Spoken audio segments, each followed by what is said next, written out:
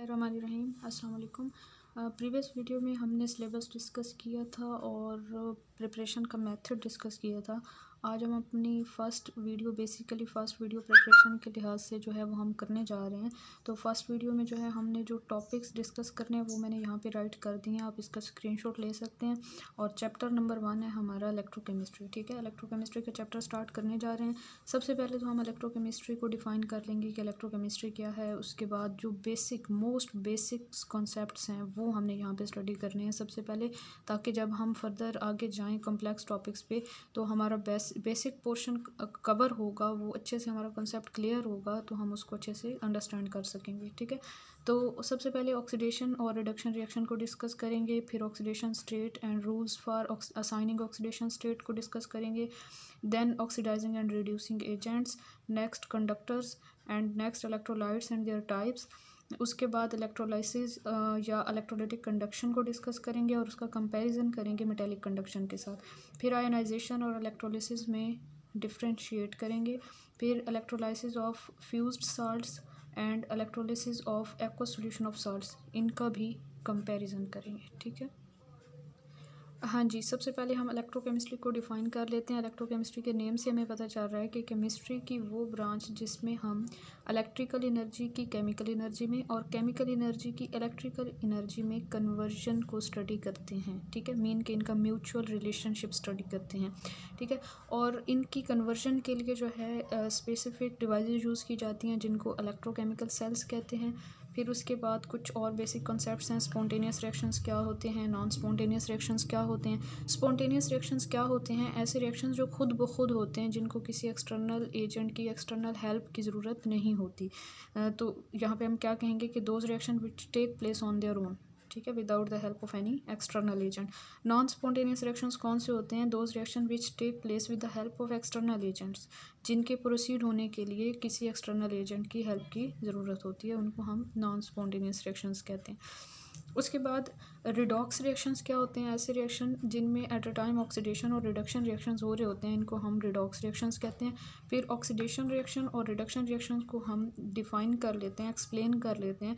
तो इनको हम 4 तरह से जो है 4 टाइप से या 4 डेफिनेशन से एक्सप्लेन कर सकते हैं। नंबर 1 है एडिशन ऑफ ऑक्सीजन को हम ऑक्सीडेशन कहते हैं, और रिमूवल ऑफ ऑक्सीजन को हम रिडक्शन कहते हैं।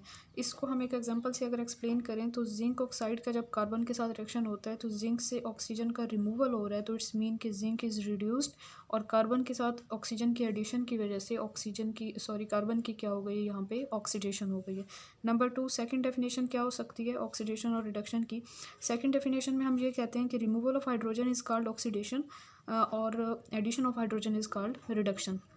ठीक है, इसमें भी अब एक एग्जांपल लेते हैं। हाइड्रोजन सल्फाइड का जब क्लोरीन के साथ रिएक्शन करवाते हैं तो सल्फ़र से हाइड्रोजन का रिमूवल हो रहा है, it's mean sulphur is oxidised, और क्लोरीन के साथ हाइड्रोजन की एडिशन हो रही है, it's mean chlorine is reduced. ठीक है, उसके बाद जो है नेक्स्ट कॉन्सेप्ट है ऑक्सीडेशन और रिडक्शन का। नेक्स्ट कॉन्सेप्ट क्या कहता है? Removal of electrons is called oxidation and addition of electrons is called reduction. तो यहाँ पे भी हम एक एग्जांपल लेते हैं। सोडियम और क्लोरीन का जब रिएक्शन करवाते हैं तो सोडियम के ऊपर प्लस का चार्ज आया, इट्स मीन दैट सोडियम ने इलेक्ट्रॉन्स को लूज़ किया है, तो इलेक्ट्रॉन के रिमूवल को हम क्या कहते हैं? ऑक्सीडेशन। और क्लोरीन जो है उस पर नेगेटिव चार्ज आया, क्लोराइड आइंस बने हैं, तो क्लोरीन की क्या हो गई? रिडक्शन हो गई, इसने इलेक्ट्रॉन्स को गेन किया है। ठीक है, हाँ जी, फोर्थ जो है डेफिनेशन या फोर्थ कॉन्सेप्ट जिसके अकॉर्डिंग हम ऑक्सीडेशन और रिडक्शन रिएक्शन को डिफरेंशिएट कर सकते हैं या एक्सप्लेन कर सकते हैं, वो है change in oxidation state. Oxidation state क्या है, इसको हम आगे डिस्कस करते हैं इंशाल्लाह। यहाँ पे हम देख लेते हैं कि यहाँ पे जिंक है और हाइड्रोक्लोरिक एसिड, इनका जब रिएक्शन होता है तो जिंक क्लोराइड और साथ में हाइड्रोजन गैस प्रोड्यूस होती है। ठीक है, तो इसमें हुआ क्या है कि जिंक की ऑक्सीडेशन स्टेट 0 से चेंज हो रही है +2 में, और हाइड्रोजन की +1 से 0 में। तो जिंक की ऑक्सीडेशन स्टेट जो है वो इंक्रीज़ हो रही है, इट्स मीन कि यहाँ पे इसकी ऑक्सीडेशन हुई है। डिफाइन कैसे करेंगे पहले इस कॉन्सेप्ट के अकॉर्डिंग कि increase in oxidation state is called oxidation and decrease in oxidation state is called reduction. ठीक है, तो यहाँ पे जिंक की ऑक्सीडेशन स्टेट इंक्रीज़ हुई है, it's mean zinc is oxidised, और हाइड्रोजन की ऑक्सीडेशन स्टेट डिक्रीज़ हुई है, it's mean hydrogen is reduced. और एक और बात कि क्लोरीन की ऑक्सीडेशन स्टेट यहाँ पे भी -1 और यहाँ पे भी -1। यहाँ पे 2 क्लोरीन एटम्स थे तो इसलिए यहाँ पे हमने -1 को 2 से मल्टीप्लाई करना है, ठीक है। तो क्या हुआ, क्लोरीन की ऑक्सीडेशन स्टेट चेंज नहीं हुई है, मीन केस की ना तो ऑक्सीडेशन हुई है ना ही रिडक्शन हुई है, जस्ट हाइड्रोजन एंड जिंक की हुई है रिडक्शन एंड ऑक्सीडेशन रिस्पेक्टिवली।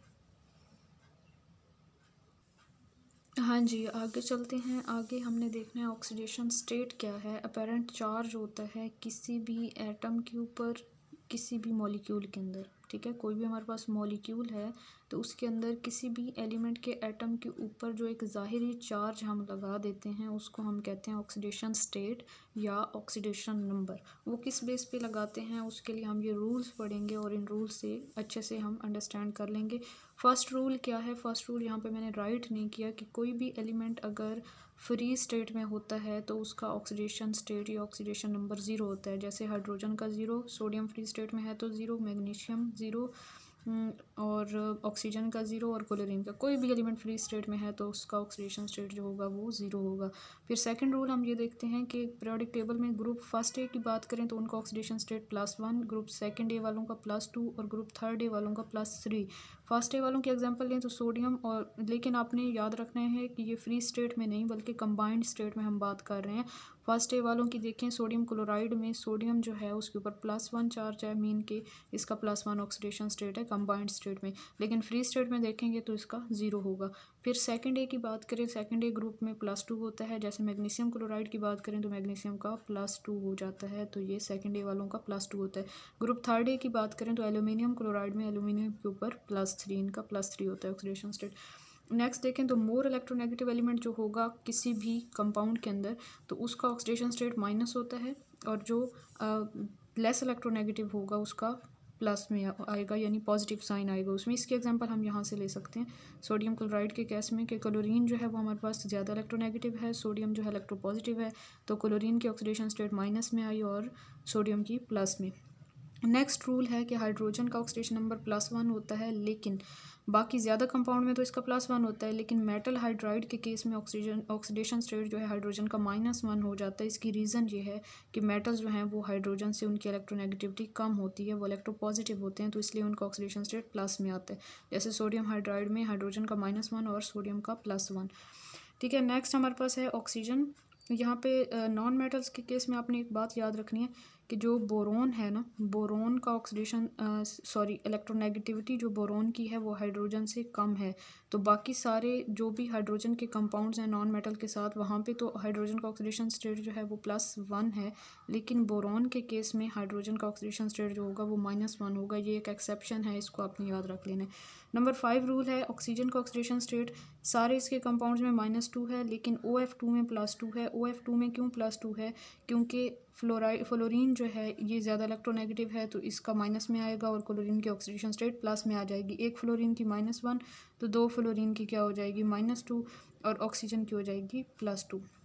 फिर बात करते हैं सुपर ऑक्साइड्स की बात करें तो सुपर ऑक्साइड में ऑक्सीडेशन स्टेट ऑक्सीजन की -1/2 होती है। जैसे पोटाशियम है तो पोटाशियम फर्स्ट ग्रुप से बिलोंग करते हैं, तो फर्स्ट ग्रुप का हमने देखा +1 होता है, और ऑक्सीजन का फिर क्या हो जाएगा, इसका +1 है तो 2 ऑक्सीजन एटम है तो एक ऑक्सीजन का -1/2 होगा, तो 2 का जो है वो -1 हो जाएगा। तो ऑन द होल इनका जो सम होगा वो 0 की इक्वल आएगा, क्योंकि पोटाशियम सुपर ऑक्साइड जो है वो न्यूट्रल है, न्यूट्रल मॉलिक्यूल है, ठीक है। फिर परऑक्साइड में बात करें तो परऑक्साइड में ऑक्सीजन का जो ऑक्सीडेशन नंबर है वो -1 होता है। जैसे कि हाइड्रोजन परऑक्साइड की बात करें तो हाइड्रोजन का एक हाइड्रोजन का +1 तो 2 का +2 हो जाएगा, तो एक हाइड्रोजन ऑक्सीजन का -1 तो 2 का -2 हो जाएगा, ठीक है। फिर एक और बात यहाँ पे याद रखनी है कि O2F2 में ऑक्सीजन का जो ऑक्सीडेशन स्टेट है वो +1 है। अब देखें आप तो ऑक्सीजन का जो ऑक्सीडेशन स्टेट है वो वेरी कहाँ से कर रहा है, -2 -1, फिर जो है यहाँ पे हमारे पास +1 आ जाता है, +2 आ जाता है, -1/2 भी आ जाता है, मीन के हमारे पास -1/2 से लेकर +2 तक ऑक्सीडेशन स्टेट है ऑक्सीजन का, -1/2, -1, -2 और फिर +1 और फिर +2, ठीक है। फिर बात करते हैं आयंस की। आयंस का ऑक्सीडेशन स्टेट क्या होता है, जो आयन के ऊपर चार्ज होता है वही आयंस की ऑक्सीडेशन स्टेट होती है। जैसे सोडियम की बात करें तो +1, मैग्नीशियम के ऊपर +2 चार्ज है तो इसकी +2 ऑक्सीडेशन स्टेट होगी। न्यूट्रल मॉलिक्यूल की बात करें तो जो अलजेब्रिक सम होता है सारे एलिमेंट्स के ऑक्सीडेशन स्टेट्स का, यहाँ पे हम इसकी एग्जांपल ले लेते हैं। यहाँ पे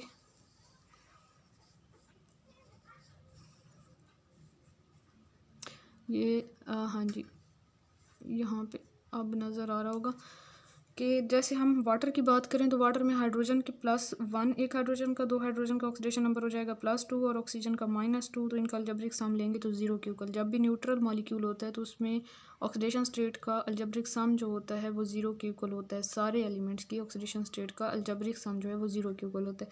अब किसी चार्ज स्पीशी की बात करें या आयंस की बात करें तो उनका जो अलजेब्रिक सम होता है ऑक्सीडेशन स्टेट्स का सारे एलिमेंट्स की, वो इक्वल होता है उनके चार्ज के, ठीक है। जैसे SO4 नेगेटिव की बात करें तो एक ऑक्सीजन का होता है -2, 4 ऑक्सीजन है तो -8 हो जाएगा ऑक्सीजन का, और हमारे पास चार्ज है -2 के इक्वल कब आएगा, जब हम -8 को +6 के साथ इसका अलजेब्रिक सम लेंगे तो ये -2 के इक्वल आएगा। तो इसलिए हमारे पास इनकी यही ऑक्सीडेशन स्टेट्स होंगी। हाँ जी, आगे हमने देखना है oxidising agents and reducing agents, ठीक है। ऑक्सीडाइजिंग एजेंट्स कौन से होते हैं, इनके नेम से पता चल रहा है कि ऐसे सब्सटेंसेस जो कि किसी और सब्सटेंस की ऑक्सीडेशन करवा दें। और रिड्यूसिंग एजेंट्स कौन से होंगे, ऐसे सब्सटेंसेस जो कि दूसरे सब्सटेंसेस की रिडक्शन करवा देते हैं। अब हमने ऑक्सीडेशन और रिडक्शन का कॉन्सेप्ट पहले पढ़ लिया है। इलेक्ट्रॉन्स के लिहाज से अगर हम देखें तो जो ऑक्सीडाइजिंग एजेंट्स होते हैं, चूंकि ये दूसरों की ऑक्सीडेशन करवा रहे होते हैं तो ये इलेक्ट्रॉन्स को गेन करते हैं। जब इलेक्ट्रॉन को गेन करेंगे, जिस स्पीशीज से गेन करेंगे उसकी ऑक्सीडेशन हो जाएगी। ये खुद गेन कर रहे हैं, इनके साथ इलेक्ट्रॉन का एडिशन हो रहा है तो इसलिए इनकी अपनी रिडक्शन हो जाएगी। तो take up electron, oxidise others and itself reduce, तीनों कंसेप्ट क्लियर हो गया। नेक्स्ट रिड्यूसिंग एजेंट की बात करें तो ये इलेक्ट्रॉन लूज करते हैं। रिड्यूसिंग मीन के दूसरों को रिड्यूस करवाएंगे, इट्स मीन के इलेक्ट्रॉन उनको देंगे, इलेक्ट्रॉन की एडिशन करवाएंगे उनके साथ, उनकी हो जाएगी क्या, रिडक्शन, और इनकी अपनी क्या हो जाएगी, ऑक्सीडेशन हो जाएगी। फिर एग्जांपल देखें तो नॉन मेटल्स जो हैं वो इलेक्ट्रॉन गेन करते हैं तो वो हमारे पास हैं ऑक्सीडाइजिंग एजेंट, और मेटल्स जो हैं ये इलेक्ट्रो पॉजिटिव बिहेवियर शो करते हैं, इलेक्ट्रॉन लूज़ करते हैं, तो ये हैं हमारे पास रिड्यूसिंग एजेंट्स। एग्जांपल यहाँ पे हम देखें इक्वेशन के फॉर्म में तो फेरिक ऑक्साइड और एल्यूमिनियम का जब रिएक्शन करवाते हैं तो एल्यूमिनियम ऑक्साइड और साथ में हमारे पास आयरन प्रोड्यूस होता है। तो यहाँ पे ऑक्सीडेशन स्टेट के लिहाज से अगर हम देखें ना तो आयरन की देखें +3 से हमारे पास जा रही है ऑक्सीडेशन स्टेट 0 में। मीन के ऑक्सीडेशन स्टेट डिक्रीज होने का क्या मतलब है कि प्लस का साइन कम हो रहा है, इट्स मीन के यहाँ पे रिमूवल ऑफ इलेक्ट्रॉन हुआ है। तो आयरन से जब इलेक्ट्रॉन रिमूव हो रहे हैं, सॉरी रिमूवर नहीं, यहाँ पे एडिशन ऑफ इलेक्ट्रॉन हुआ है, प्लस से कम हो रही है तो इस मीन के नेगेटिव चार्ज इसमें ऐड हुआ है तभी तो इसकी जो है ऑक्सीडेशन स्टेट कम हो गई है। नेगेटिव चार्ज के एडिशन का मतलब है एडिशन ऑफ इलेक्ट्रॉन। तो यहाँ पे जो है आयरन या फेरिक ऑक्साइड जो है ये रिड्यूसिंग, इसने क्या किया है, इलेक्ट्रॉन गेन किए हैं। इलेक्ट्रॉन गेन करने का क्या मतलब है कि ये ऑक्सीडाइजिंग एजेंट है। एल्यूमिनियम की बात करें तो एल्यूमिनियम की ऑक्सीडेशन स्टेट 0 से +3 में चेंज हो रही है, इट्स मीन कि इसकी ऑक्सीडेशन स्टेट जो है वो बढ़ रही है। जब ऑक्सीडेशन स्टेट बढ़ रही है, प्लस का साइन बढ़ रहा है, तो इस मीन कि इससे इलेक्ट्रॉन्स का रिमूवल हुआ है। तो एल्यूमिनियम से इलेक्ट्रॉन का रिमूवल हुआ है तो इसका मतलब ये है कि इसने इलेक्ट्रॉन किसी और स्पीशी को दिए हैं, मीन के इस स्पीशी को दिए हैं, तो इसने क्या करवाया, इसकी हमारे पास रिडक्शन करवाई और ख़ुद इसकी क्या हो गई, ऑक्सीडेशन हो गई। हाँ जी, उसके बाद हमने कंडक्टर्स डिस्कस करने। कंडक्टर्स क्या होते हैं, ऐसे सब्सटेंसेस जो कि इलेक्ट्रिसिटी के पैसेज को अलाउ करते हैं, मीन के जिनमें से करंट पास हो सकता है उनको हम कंडक्टर्स कहते हैं। कोई भी सब्सटेंस जिसमें से करंट या इलेक्ट्रिसिटी पास हो जाए। अब कंडक्टर्स के टाइप्स देखें तो गैशियस कंडक्टर्स होते हैं, metallic conductors, electrolytic conductors and mixed conductors. Mixed conductors को हम मिक्स्ड आयन इलेक्ट्रॉन कंडक्टर्स भी कहते हैं, ठीक है। अब बात करें गैसेस की तो गैसेस कब कंडक्शन शो करती हैं, लो प्रेशर पे, हाई टेम्परेचर पे, और जब कुछ खास रेडिएशंस का एक्सपोजर होता है तो तब भी गैसेस इलेक्ट्रिसिटी कंडक्ट करते हैं। मीन के इनके लिए स्पेसिफिक कंडीशंस होती हैं। मेटेलिक कंडक्टर्स की बात करें तो मेटेलिक कंडक्टर्स जो हैं उनमें चार्ज कैरियर जो होते हैं या किसकी वजह से इलेक्ट्रॉन फ्लो कर रहा, सॉरी करंट फ्लो कर रहा होता है, वो फ्री इलेक्ट्रॉन्स की वजह से। मैटर का ट्रांसफ़र नहीं होता मेटेलिक कंडक्टर्स में।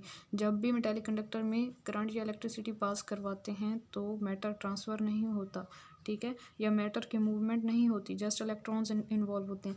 अच्छा, टेम्परेचर को अगर हम इंक्रीज़ करते हैं तो मेटेलिक कंडक्शन डिक्रीज़ होती है। इसकी वजह ये होती है कि मेटल के जो पॉजिटिव आइंस होते हैं वो फिक्स्ड पोजीशन पे मौजूद होते हैं, जो भी उनका पीस होता है एक मेटल का उसके अंदर, तो इलेक्ट्रॉन जो होते हैं वो फ्लो कर रहे होते हैं, यहाँ से यहाँ जा रहे हैं या कहीं भी जा रहे होते हैं, इलेक्ट्रॉन की वजह से ही कंडक्शन हो रही होती है।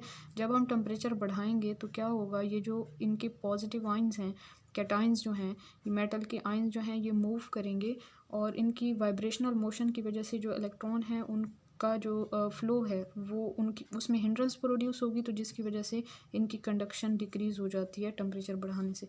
फिर इलेक्ट्रोलाइटिक कंडक्शन की बात करें तो आयंस जो होते हैं वो चार्ज कैरियर होते हैं, या आयंस जो होते हैं वो रिस्पॉन्सिबल होते हैं for the passage of current और इलेक्ट्रिसिटी। मैटर ट्रांसफ़र होता है इनमें, ठीक है। आयंस की वजह से ऑक्सीडेशन और रिडक्शन रिएक्शंस प्रोसीड होते हैं, वहाँ पे डिफरेंट प्रोडक्ट्स बनते हैं, वो आगे चल के हम पढ़ेंगे। और जब टेम्परेचर को इंक्रीज़ करते हैं तो इलेक्ट्रोलाइटिक कंडक्शन भी इंक्रीज़ हो जाती है, क्योंकि आयंस की मूवमेंट फास्ट हो जाती है। फिर हम बात करते हैं मिक्स्ड आयन इलेक्ट्रॉन कंडक्टर्स। ये ऐसे सब्सटेंसेस होते हैं जिनमें कंडक्शन की जो वजह होती है वो इलेक्ट्रॉन्स भी होते हैं और आयंस भी। मीन के ये आयंस की वजह से भी इनमें कंडक्शन हो रही होती है और इलेक्ट्रॉन्स की वजह से भी। और इसकी एक एग्जांपल हम ले लेते हैं सीरियम ऑक्साइड।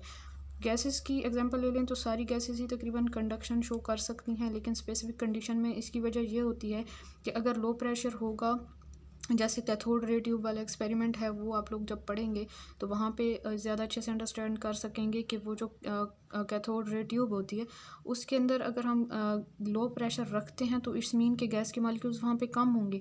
गैस के मॉलिक्यूल्स कम होंगे तो वहाँ पे पैसेज जो होगा करंट का वो ईजिली हो जाएगा, ठीक है। हाई टेम्परेचर करने से ही वहाँ पे कंडक्शन होती है। ये चले मैं आपको उसी टॉपिक में एक्सप्लेन करूँगी।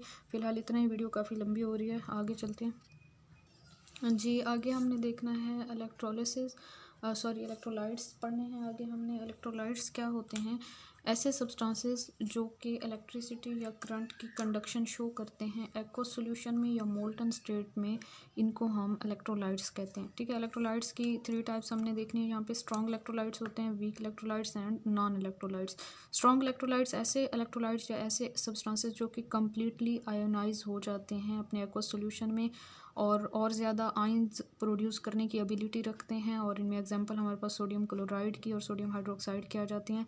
वीक इलेक्ट्रोलाइट्स कौन से होते हैं, जो कि स्मॉल एक्सटेंट तक आयोनाइज होते हैं। सेकंड पॉइंट था कि ये मोर आयंस प्रोड्यूस करते हैं, ये मोर आयंस प्रोड्यूस नहीं करते, इसलिए मैंने यहाँ पे क्रॉस लगा दिया। इसमें एग्जांपल हमारे पास एसिटिक एसिड की आ जाती है, कैल्शियम हाइड्रोक्साइड की, ठीक है।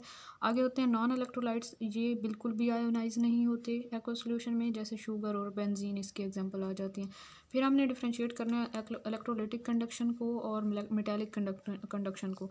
लेकिन यहाँ पे एक बात आप लोगों ने याद रखनी है कि इलेक्ट्रोलाइटिक कंडक्शन जो है उसका दूसरा नाम इलेक्ट्रोलिसिस भी होता है, ठीक है। तो इलेक्ट्रोलिसिस और मेटालिक कंडक्शन को अगर हम डिफ्रेंशिएट करें तो फर्स्ट पॉइंट है कि इनमें जो करंट ट्रांसफ़र हो रहा होता है वो हो रहा होता है ड्यू टू फ्री आयंस, और current is conducted due to free ions. और इसमें हम बात करें तो करंट कंडक्शन हो रही होती है ड्यू टू फ्री इलेक्ट्रॉन्स, ठीक है। फिर इलेक्ट्रोलाइटिक कंडक्शन में ऑक्सीडेशन रिडक्शन रिएक्शंस हो रहे होते हैं, इसमें मेटालिक कंडक्शन में ऑक्सीडेशन रिडक्शन रिएक्शंस नहीं होते। इलेक्ट्रोलाइटिक कंडक्शन जो है टेम्परेचर के बढ़ने से हमारे पास इलेक्ट्रोलाइटिक कंडक्शन भी बढ़ जाती है, ठीक है। और इसमें जो है हमारे पास टेम्परेचर बढ़ाने से इलेक्ट्रोलाइटिक कंडक्शन कम हो जाती है। मैटर का ट्रांसफ़र होता है इलेक्ट्रोलाइटिक कंडक्शन में, क्योंकि ऑक्सीडेशन रिडक्शन रिएक्शंस हो रहे होते हैं, और यहाँ पे मैटर का ट्रांसफ़र नहीं होता, ठीक है। हाँ जी, comparison between ionisation and electrolysis. तो यहाँ पे फर्स्ट पॉइंट जो है हम इनको डिफ़ाइन कर लेते हैं। आयोनाइजेशन क्या है। आयोनाइजेशन मीन कि आयनिक कंपाउंड जब स्प्लिट अप हो जाता है अपने आयंस में तो इसको हम आयोनाइजेशन कहते हैं। और मीन आयनिक कंपाउंड का चेंज होना अपने आयंस में, इसको आयोनाइजेशन कहते हैं। और इलेक्ट्रोलिसिस क्या है, passage of current due to free ions. किसी भी इलेक्ट्रोलाइट के सॉल्यूशन में से इलेक्ट्रिसिटी का पास होना ड्यू टू फ्री आयन, जिसको हम इलेक्ट्रोलिसिस कहते हैं। या फिर इसको हम इस तरह से भी डिफ़ाइन कर सकते हैं कि with the help of electricity non spontaneous reactions are proceed and useful products are produced, इसको भी हम इलेक्ट्रोलिसिस कहते हैं, ठीक है। इसमें आयनाइजेशन में इलेक्ट्रोड्स की ज़रूरत नहीं होती, सिंपल आयनाइजेशन होती है किसी भी आयनिक कंपाउंड की, इसमें हमारे पास इलेक्ट्रोड की ज़रूरत होती है। और यहाँ पे इलेक्ट्रिसिटी की ज़रूरत नहीं होती आयनाइजेशन में, लेकिन इलेक्ट्रोलिसिस में इलेक्ट्रिसिटी की भी ज़रूरत होती है। और आयनाइजेशन में जो आयंस प्रोड्यूस हो रहे होते हैं वो डिस्चार्ज नहीं हो रहे होते, मीन के न्यूट्रल प्रोडक्ट नहीं प्रोड्यूस कर रहे होते। जबकि इलेक्ट्रोलिसिस में जो आयंस प्रोड्यूस हो रहे होते हैं या जो आयंस मूव कर रहे होते हैं सॉल्यूशन में, वो अपने रिस्पेक्टिव इलेक्ट्रोड्स पे जाके डिस्चार्ज हो रहे होते हैं और न्यूट्रल प्रोडक्ट्स प्रोड्यूस कर रहे होते हैं। हाँ जी, आगे हमने electrolysis of fused salts and electrolysis of aqueous solution of salts को कंपेयर करना है या इनके डिफरेंस को अंडरस्टैंड करना है, जो कि आगे चल के हमें इलेक्ट्रोकेमिकल सेल्स में ये वाला कॉन्सेप्ट बहुत ज़्यादा काम आएगा। तो इसको आपने अच्छे से अंडरस्टैंड करना है। फ्यूज्ड साल्ट्स मीन के साल्ट को हमने मोल्टन स्टेट में ले लिया है। साल्ट जो है उसके साथ वाटर या कोई भी और सॉल्वेंट ऐड नहीं किया, ठीक है, उसको जस्ट मोल्टन स्टेट में ले लिया। जब फ्यूज साल्ट में मीन के वो जस्ट वही उसके आइंस हैं सॉल्यूशन के, सॉरी उसके मोल्टन स्टेट में जस्ट आइंस होंगे फ्यूज्ड साल्ट के। मीन के अगर लेड क्लोराइड है तो लेड के आइंस होंगे और क्लोराइड आइन होंगे, उसमें कोई और स्पीशी नहीं होगी। तो यहाँ पे प्रोडक्ट्स को प्रिडिक्ट करना इजी होता है। तो प्रोडक्ट्स जो होते हैं वो प्रिडिक्टेबल होते हैं। फर्स्ट पॉइंट ये हो गया। एक्वा सोल्यूशन ऑफ साल्ट जब हम लेते हैं तो वहाँ पे प्रोडक्ट प्रिडिक्टेबल नहीं होते। इसकी रीज़न क्या है कि यहाँ पे एक्वस मीन के वाटर भी प्रेजेंट होता है। एक तो सॉल्ट के आइंस प्रोड्यूस होते हैं और दूसरा वाटर के आइंस भी प्रोड्यूस होते हैं। अब आगे जो है इनका नेक्स्ट आगे एनोड और कैथोड पे हम देखेंगे तो वो आपको अच्छे से वहाँ पे कॉन्सेप्ट क्लियर होगा। यहाँ पे फ्यूज्ड साल्ट के केस में हम देखें तो लेड क्लोराइड आयोनाइज होगा, lead 2 positive ion and 2 chloride ion produce होंगे। अब जो पॉजिटिव आइंस हैं उन्होंने मूव करना है कैथोड की तरफ, मीन के नेगेटिव इलेक्ट्रोड की तरफ, और जो नेगेटिव आइंस हैं उन्होंने एनोड की तरफ मूव करना है और वहाँ पे वो डिस्चार्ज हो जाएंगे। एनोड पे होगी ऑक्सीडेशन। फ्यूज्ड साल्ट के केस में किसकी ऑक्सीडेशन होगी? क्लोराइड आयन की होगी। इन्होंने 2 इलेक्ट्रॉन लूज़ कर देने हैं, क्लोरीन गैस ने यहाँ से एस्केप आउट हो जाना है। और कैथोड पे रिडक्शन होगी। लेड आयन जो है वहाँ पे जाके कैथोड से 2 इलेक्ट्रॉन्स ले लेंगे और लेड मेटल में चेंज हो जाएंगे, इसकी रिडक्शन हो जाएगी, ठीक है। फिर ओवरऑल रिएक्शन को हम देखें तो लेड क्लोराइड हमारे पास फ्यूज स्टेट में था, उससे हमारे पास लेड और क्लोरीन ये प्रोडक्ट्स हमें मिले। ये प्रोडक्ट्स का कंसेप्ट आपने माइंड में रखना है। नेक्स्ट जो है एक्वा सोल्यूशन ऑफ साल्ट्स की बात करें तो सोडियम नाइट्रेट का अगर हम एक्वा सोल्यूशन लेते हैं तो यहाँ पे हमारे पास सोडियम आयन भी होंगे, नाइट्रेट आयन भी होंगे। वाटर के केस में हाइड्रोजन आयन और हाइड्रोक्सल आयन प्रोड्यूस होंगे। अब यहाँ पे एनोड और कैथोड पे कंपटीशन होगा आयंस का। एनोड चूँकि पॉजिटिव इलेक्ट्रोड है तो वहाँ पे नेगेटिव आयंस जाएंगे डिस्चार्ज होने के लिए। अब यहाँ हमें खुद से अंदाज़ा लगाना पड़ेगा, खुद से सोचना पड़ेगा थोड़ा सा कि नेगेटिव आयंस में से कौन सा आयन डिस्चार्ज होगा। तो आप लोगों ने मेरी बात याद रखनी है कि उस आयन की ऑक्सीडेशन होगी जिसका स्टैंडर्ड रिडक्शन पोटेंशियल जो है वो लो होगा।